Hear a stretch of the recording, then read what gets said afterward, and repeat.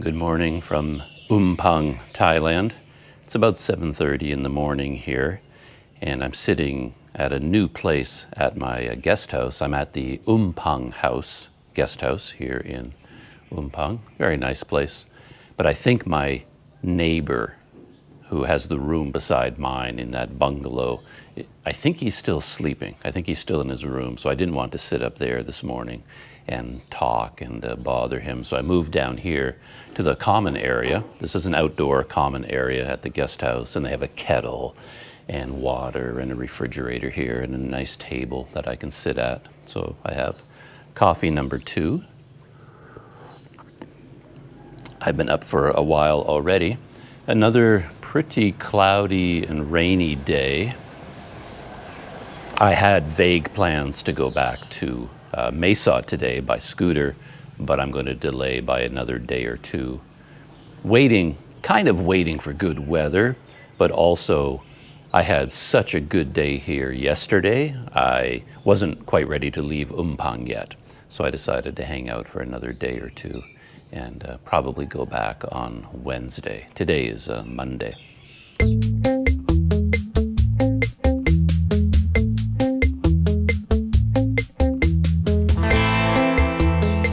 And as I enjoy my coffee, I thought I would look at some of your comments and reply to them, because yesterday I posted the time-lapse video of the Sky Highway.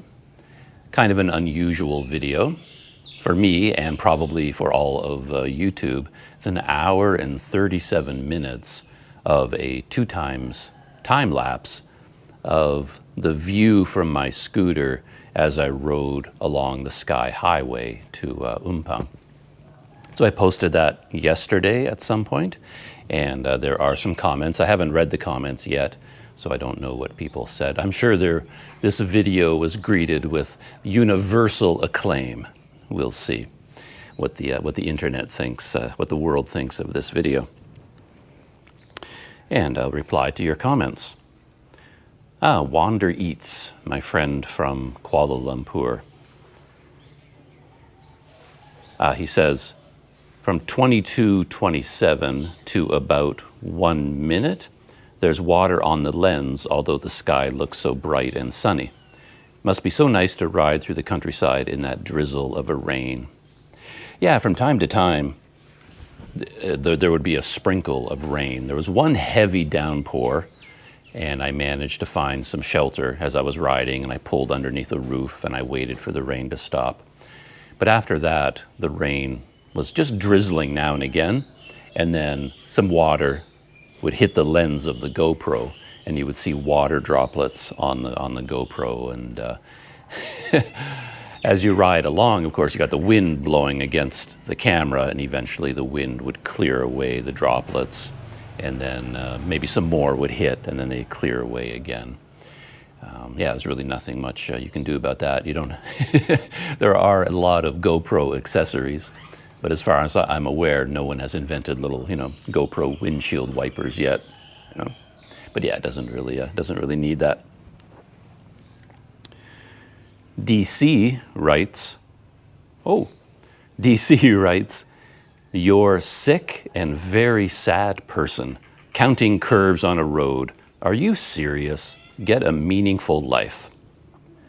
I'm adding the punctuation in the way I'm reading it. There's no actual punctuation in that comment, so I'm guessing how to divide it up. Yeah, it's kind of a funny comment. The road itself, I called it's called the Sky Highway. It's known as a bit of they've turned it into a tourist attraction for Umphang itself. That the highway is very curvy and goes through some beautiful scenery, and they've dubbed it the Sky Highway, again, as a tourist attraction.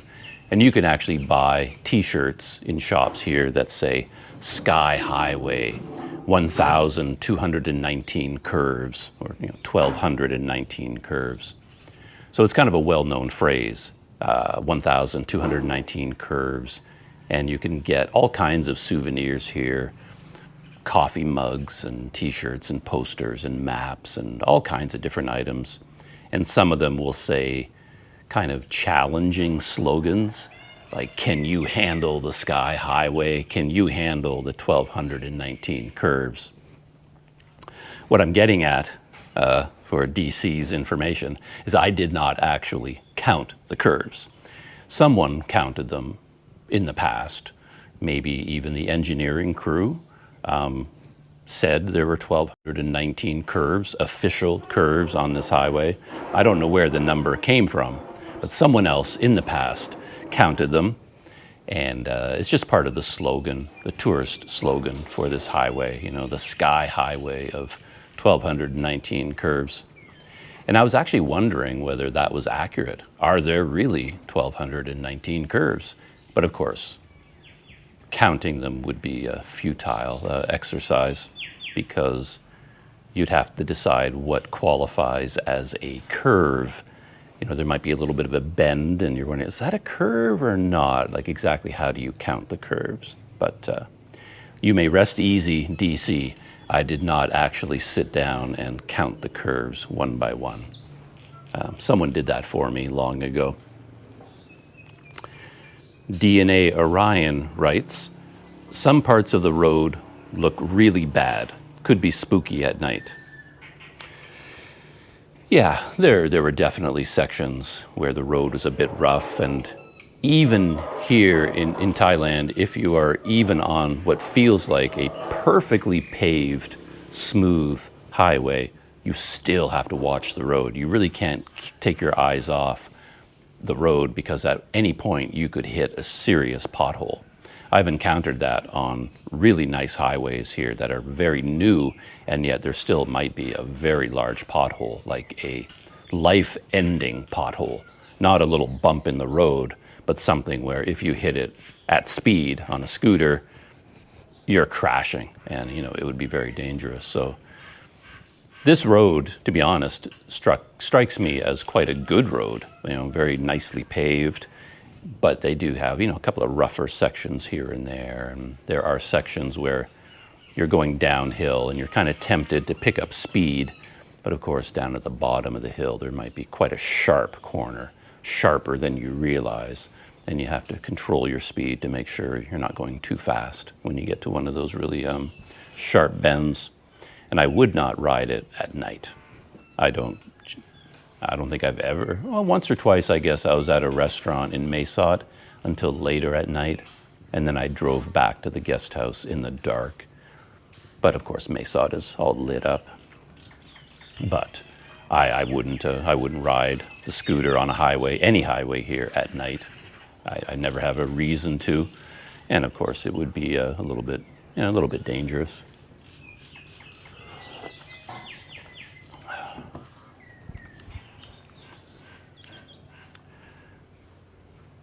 Pramod Naidu writes, what a stupid video. So yeah, a video like this is not for everyone. I've kind of talked about this in the past, though, especially when it comes to YouTube. How you feel about what you see on YouTube has a lot to do with your expectations of what the video is. So I'm a big believer in clear labeling. So what did I call this video? Actually, let's get to the title. Riding the Sky Highway to Umphang, then in brackets, 1,219 curves, 2 times time-lapse, with music, no narration. You know, and it's an hour and 37 minutes long. So I'm trying very hard to make it absolutely clear what the video is. Like, you know what it is before you click on it. So whatever your expectations are, you can read the video description or the title. And if you're surprised by what it is and you don't like it because it wasn't what you were expecting, then it's kind of your fault because you didn't read the you didn't read the title. You know, sort of like I watch a lot of movies, and something like a Transformers movie or Fast and the Furious, some kind of a Michael Bay movie. I don't tend to watch them, but I might watch one if it's a big pop culture event. I want to watch it just to see what everyone else is talking about. But it's not like I'm going to watch a Michael Bay movie and get angry with it because it's really a bad movie. I know it's a bad movie. It's a Michael Bay movie. He puts together these movies that are full of action and explosions, and they don't make any sense at all. And you know that going into it, right? If I went to the theater to watch a movie expecting classic cinema, like something very, full of interesting ideas and emotions, and it turns out to be a Michael Bay movie, I think, oh, wow, what a stupid movie. But if I go to the theater and I know it's a Michael Bay movie, it's like I adjust my expectations accordingly, So what a stupid video. But again, compared to what? My idea with this video, as I explained before, was simply to record some scenery passing by, lay some music over it, and then if you want to, you can just play it in the background while you're doing something else. It's not a video where I imagined anyone would sit down and watch it from beginning to end. I mean, why would you? So from that point of view, yeah, it's a pretty stupid video. But as background scenery to be playing in your kitchen while you're doing the dishes, well, from that point of view, maybe it's actually a good video. It all depends on your perspective and your expectations, I think. Andy Tan writes, there must be people living left and right-hand side of the road along the way. Power poles all the way, although no water pipes. More cars appear to be traveling towards Mesot. I didn't see very many dwellings, houses, if any at all, in the remote sections of that highway. So looking left and right, I didn't really see any houses. Only when I reached a couple of small towns. There are, I don't know how many, 3 or 4 communities along that highway, and there would be a cluster of people living there. But out in the sections between the towns, I don't remember seeing any houses at the side. Yeah, I didn't really see any at all. Andy says that more cars appear to be heading towards Mesot instead of towards Umphang in the direction I was going. That seemed to be true. There appeared to be more traffic heading in that direction as opposed to this direction. Of course, that could be an illusion, because if there was a car behind me moving at the same speed as I was, you would never see that car because, we would just be traveling at the same rate. Cars coming towards me, we're passing each other, so it could be an illusion. But I was riding pretty slowly, so I think any traffic behind me would have passed me at some point. So there did seem to be much more traffic heading towards Mesot than coming here. There could be a number of reasons for that, I don't know. The funny thing is, I quickly stopped the GoPro right there because at 8 o'clock every morning, they play the national anthem here. It comes from some kind of government building in that direction. So music started playing, and I have this YouTuber instinct now. I'm always on the alert for music of any kind, just like listening. As soon as there's music, you've got to stop recording. Or if you happen to record music, you have to remove that from your video.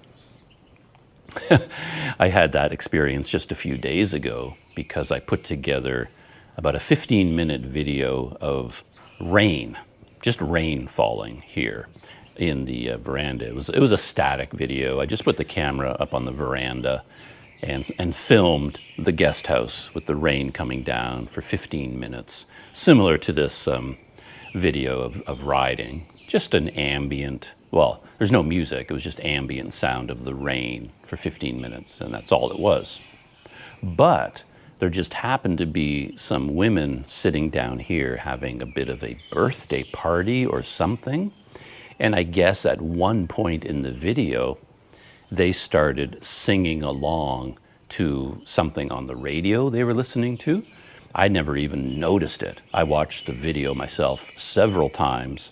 I never heard any music. I wasn't aware of any music playing, and I just posted the video. And then very quickly, I got a notification from YouTube that a company had copyright claimed that video.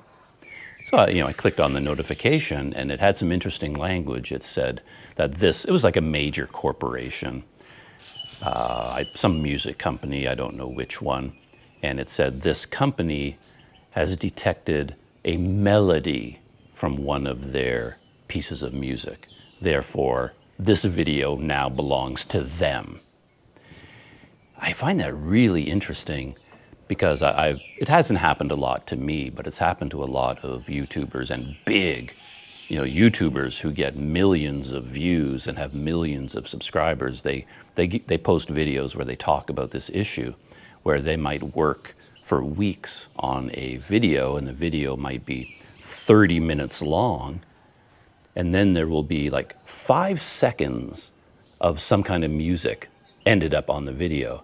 And then some big company, some corporation will claim, that 5 seconds of music, that's our music, and they claim the entire video as theirs. So any income that comes from that video, it all goes to that corporation, which is such a weird thing when you think about it. It really shows you the power balance is heavily skewed in favor of corporations. It wasn't like that at the beginning, I don't think, but that's clearly how it is on YouTube now.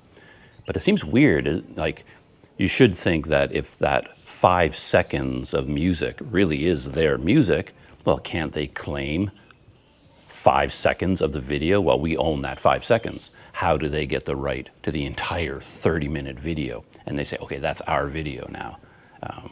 And there are tools now in YouTube, they've provided them, where even after you've posted the video, if there is a copyright claim, they have tools now where you can go into it on YouTube and edit the video, where you can mute the audio or do some different things to get rid of whatever has been claimed. In my case, it doesn't really matter. That video was going to get a couple hundred views or something like that. It was not going to be it's not going to make a lot of money. So it doesn't really matter to me whether this company claims it or not. But it still annoyed me that they did, because I went back and listened to the video and it's like, maybe there's a melody in there somewhere, but all I hear is the rain. It's like, your computer heard music, and because of that vague kind of sound way in the background, you claim the whole video. That just annoyed me, so I just deleted the whole video. It says, heck with you guys. I just deleted the video. I rebuilt it. And the new version of that video has more variety in it, sort of rain during the day, rain at night, little 3-minute chunks of rain in different such situations. But the original video, because of the copyright claim, I just, okay, delete, it's gone, And I think that happens a lot to YouTube now, where YouTubers just get fed up, and if a video gets copyright claimed, they just delete it, or they post it somewhere else.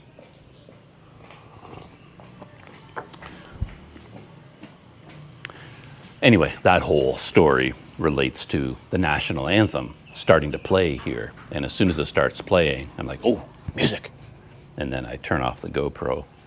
And you might think the national anthem wouldn't be claimed, but it probably would be by somebody. I remember a long time ago, I posted a video where I was walking around the streets of a town in Sumatra. And I just happened to be near a mosque. And the call to prayer played over the speakers, like over the whole neighborhood from the mosque. And that video was copyright claimed because I guess someone owns the copyright to the Muslim call to prayer that you hear from mosques. It may not be true. It could be that these companies are just scam artists, and every time they have computers set up that just look for any kind of music, and they just automatically claim everything they can. And YouTube policies tend to favor the claimant. So they don't have to provide proof that their copyright claim is valid. They can just claim it. And then if you don't contest that, they just get the video. They claim it, and then if you don't fight their claim, they won. It's just that simple. So there's a lot of incentive for these sort of shady companies just to claim everything they can and see if they can make some money that way. It's the Wild West. Jamie writes, "Thanks for taking us on your long scenic motorbike journey. I plan to explore that area one day now that I've seen what it has to offer." Yeah, I was reading about this area from time to time in like Lonely Planet tour guides, things like that. And I guess this area is known as kind of a remote area. And I never thought of it that way because I'm actually here. I was like, well, what's so remote about this? But if you are a typical backpacker and you arrived in Bangkok, the journey from Bangkok to Umphang, well, yeah, that's a journey. So getting here would take an effort. It's easy for me because I'm currently based in Mesot and I have a rented scooter. So it's as easy as waking up in the morning and riding my scooter here. And I'm here after 5 or 6 hours. But for someone else, yeah, it could be a remote area. So I think this region has a reputation as being attractive because it's a little bit remote and a little bit unknown, perhaps a little untouched. It's very well known to the people around here, of course, but from a tourism point of view, it's not as popular as some areas of Thailand. But it seems like there's a lot to see and do here. I like it here a lot. I like any of these regions that follow the border with Myanmar because you get such a strong spillover of the culture and the language and the people and the social mores of Myanmar. So there's a mix of Thai culture and sort of Burmese culture, or all the different ethnic groups that live across the border in Myanmar. They've spilled over into this whole border region. So it makes it a very interesting place to be from a culture point of view, from a people point of view. And the scenery, of course, is gorgeous. There's some beautiful scenery all over this area. Yeah. It's worth making the effort to come down here, I think. Thien Huat writes, "Everywhere is so green. It's always nice to ride on near empty country roads." Yeah, the greenery is the main reason I came down on this second trip, because I was here in the dry season on my first trip. And I shot some video of a lot of the fields, and I talked a bit about how I was interested in seeing how it would look in the rainy season. And now is the rainy season, so here I am, and it's very green. Next comment is from my English enthusiast, Chin Ji Shang Mo. He writes, or she writes, I'm not sure actually, "The music is so good, try to do more like this video. Anyways, I suggest you to change your name to Traveler Doug. I wish I would be you and go for somewhere else to travel and see the scenery of the view. Wow, this video took me 53 minutes to watch. Even I have to try to go to the settings and set it to 2 times speed. Ah, clever." Yeah, starting with the music. Yeah, the music, most of it is from an artist called Audionautics. And what I end up doing, I get all my music right now from the YouTube audio library, which is all free music. I don't have a subscription to any of the big music libraries that most people use. I'm still just working my way through the YouTube library of music. And for this video, I went all the way back to the beginning. So I started in the music that was posted in 2013, moving forward. And in the system, you can select the kinds of music you want. Dance music,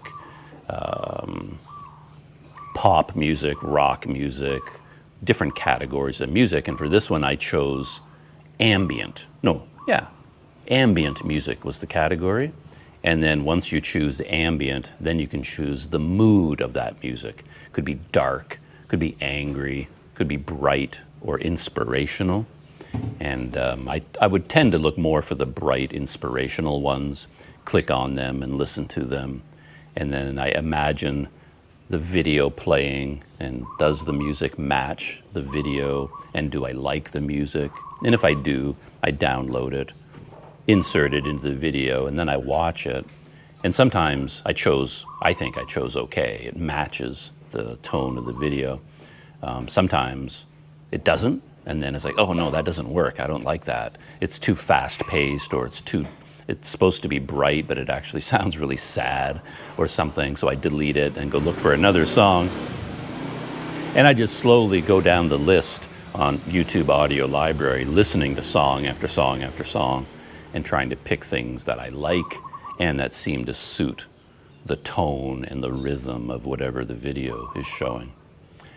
And in this case, I think Audionautics, all of his music, or this artist's music, were listed as Creative Commons license. It wasn't totally free. Most of the music there, you can just use it on YouTube and you don't have to do anything. So all the little music cards I put at the end of the video, technically I don't even ever have to do that. I'm not required to even list the song titles and the names of the artists, but I do anyway. Why not? People might want that information.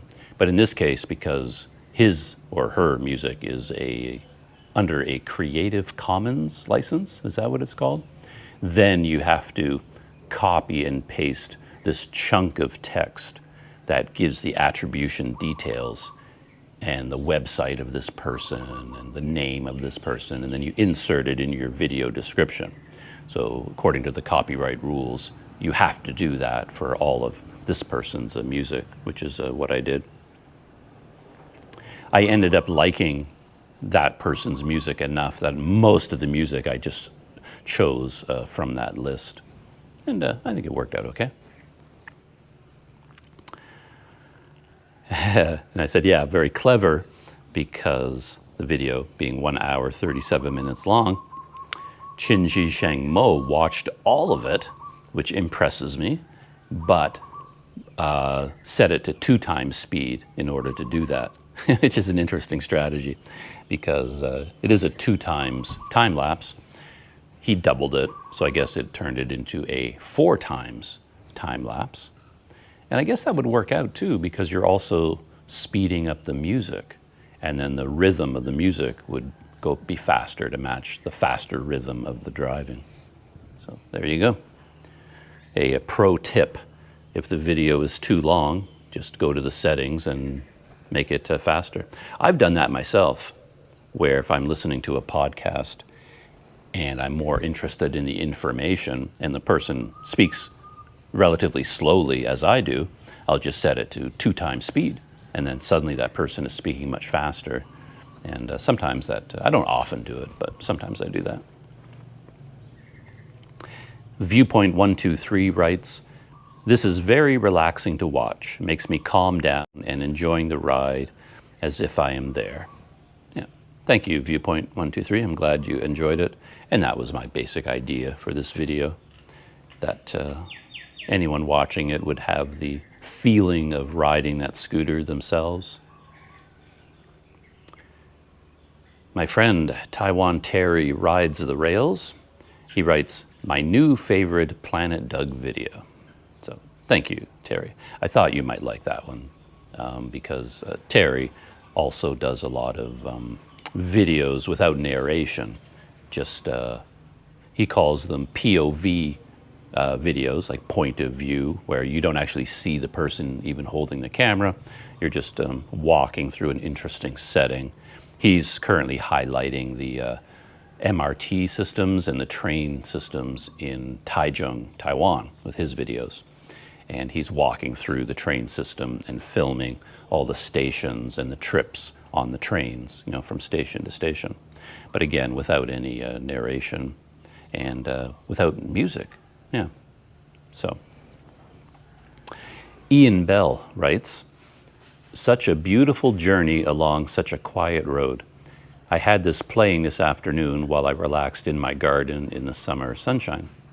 You must have put a lot of time into this, Doug, finding suitable music to accompany the video. Are they only spraying pedestrians and scooters at the entrance to Umphang? Do they not care about cars and trucks?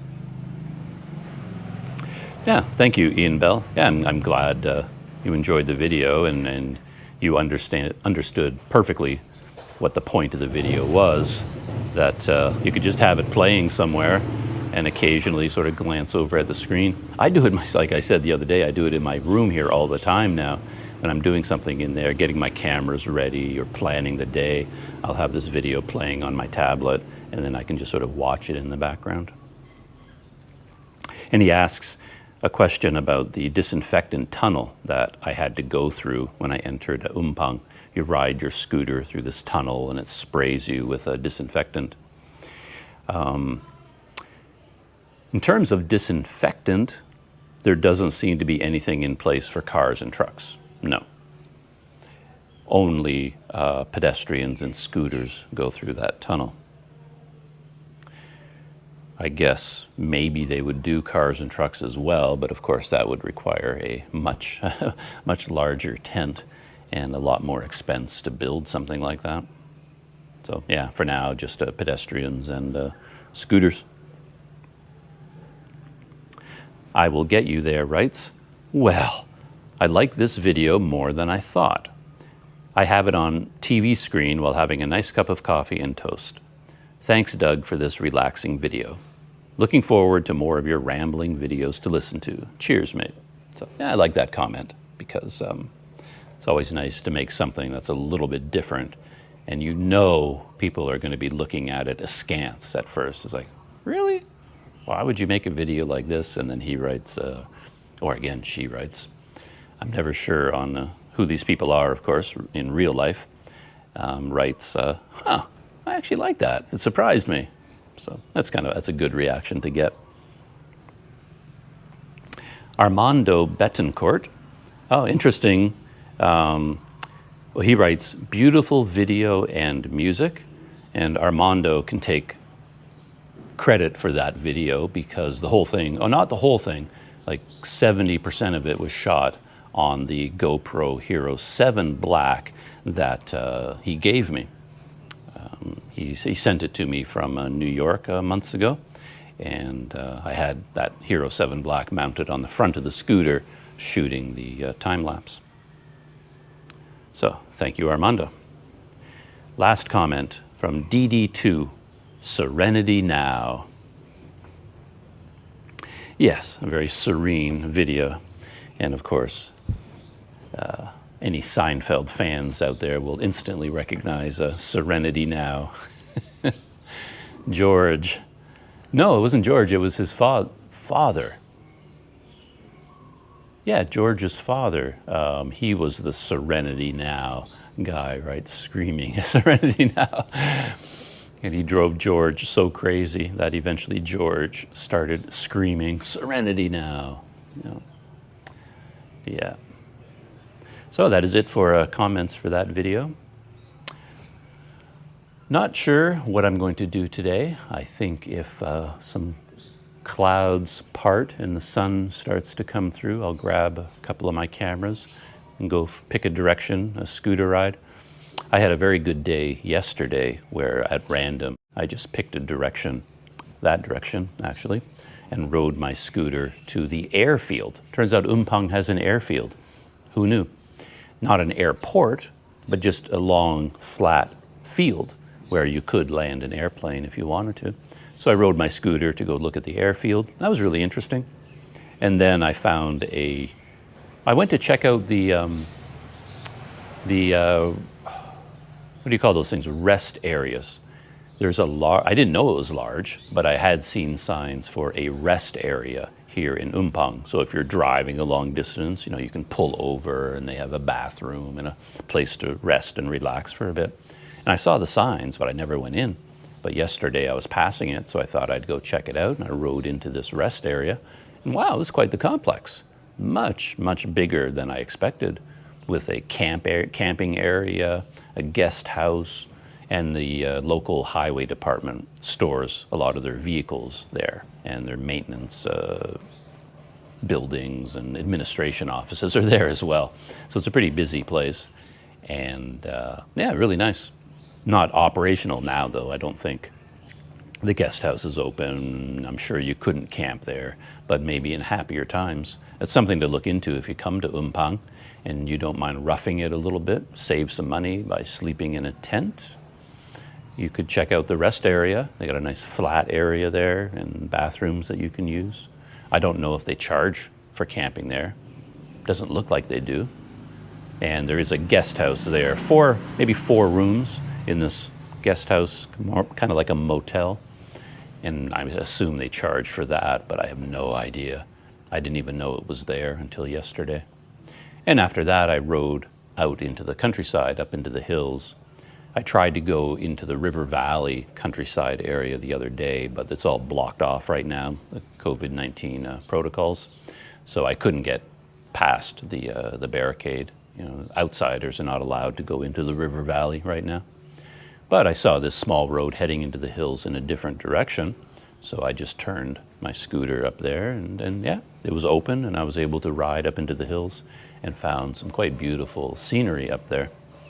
And then I spent some time riding around up there, and then I kept my eye on the clouds and I timed it perfectly where I decided it was time to turn around. I came back, got a cup of coffee at the pickup truck coffee shop, got some noodles, takeaway noodles, got back to the guest house, and pretty much the minute I went into the shelter of my bungalow, it started to rain. So I timed my return perfectly, and I didn't get soaking wet riding through the mountains. So it was a really good day.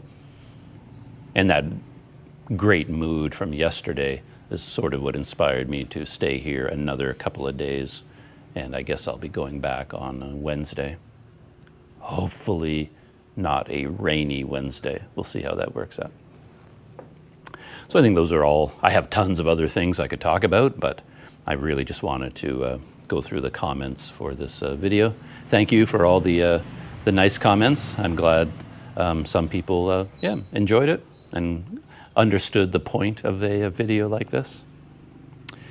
So that's it. And as always, I'll see you in the next video.